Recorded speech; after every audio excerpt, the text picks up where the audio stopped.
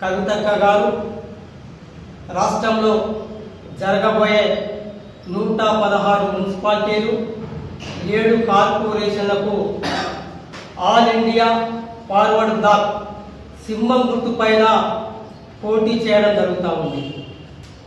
ఇందులో ముఖ్యంగా తెలంగాణ రాష్ట్రంలో అన్ని స్థానాలకు ఎస్సీ, ఎస్టీ, బీసీ, మైనార్టీలకు అధిక ప్రాధాన్యత ఇవ్వడం జరుగుతూ ఉంది.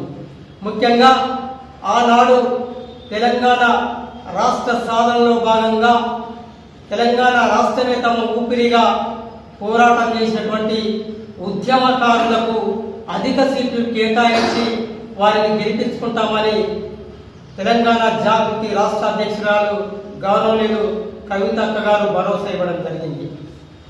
ముఖ్యంగా సిద్దిపేట జిల్లా పరిధిలో ఉన్నటువంటి హుస్నాబాద్, గజ్వేల్, చేర్యాల, దుబ్బాక, తూప్రాన్ ఈ సిద్దిపేట పరిధిలో అన్ని స్థానాలలో అభ్యర్థులను ప్రజల చేత మమేకమై ప్రజలతో కలిసి ఉండి ప్రజలకు అందుబాటులో ఉండే అభ్యర్థులను నిలబెట్టడం జరుగుతూ ఉంది. ఎంపిక కూడా ప్రక్రియ దాదాపు దగ్గర కూడా రావడం జరిగింది. అలాగే సిద్దిపేట గడ్డ ఉద్యమాలకు పురిటి గడ్డ అయినటువంటి సిద్దిపేటలో రాబోయే రోజుల్లో తెలంగాణ రాష్ట్ర జాగృతి సమరశీల నాయకురాలు రాష్ట్ర సమస్యలపైన ప్రతి అంశంపైన అన్ని వ్యవస్థలపైన అనర్గళంగా అంతర్లీనంగా మాట్లాడే దమ్మున్న దమ్ముగల ఓరి బిడ్డ, ఉద్యమాల బిడ్డ, కేసీఆర్ ముద్దు బిడ్డ, సిద్దిపేట ప్రజల ముద్దు బిడ్డ కవితక్క గారి నాయకత్వంలో సిద్దిపేటలో బీఆర్ఎస్ పార్టీ పునాదులను కదిలిస్తాం, కంచుకోటలను బద్దలు కొడతాం, సిద్దిపేటలో జాగృతిని జాగృతం చేస్తామని తెలియజేస్తా ఉన్నాం.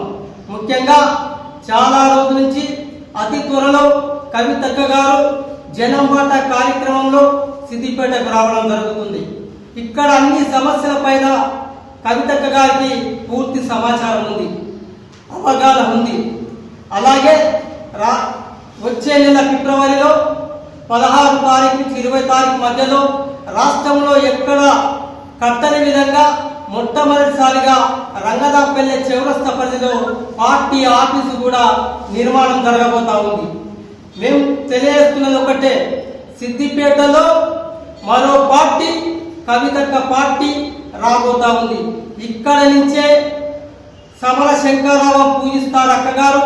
ఈ గడ్డ దేనికైనా పురిటి గడ్డ, ఉద్యమాల గడ్డ అయిన సిద్దిపేట గడ్డ నుంచే కవితక్క గారు తమ ఎన్నికల సమర శంకరరావుని పూరించడమే కాకుండా ఇక్కడ నుంచే చరిత్ర సృష్టించడానికి, చరిత్రను బద్దలు కొట్టడానికి కంకణ బొద్దులై కవితక్క గారు రాబోతా ఉన్నాయి.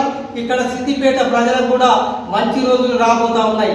ఎందుకంటే ఈ గడ్డ బిడ్డ, కేసీఆర్ బిడ్డ, తెలంగాణ ప్రజల ముద్దు బిడ్డ, తెలంగాణ ప్రజల పులిబిడ్డ అయినటువంటి కవితక్క గారికి అందరూ మద్దతు ఇవ్వడానికి సిద్దిపేట ప్రజలు ముందుకు వస్తా ఉన్నారు.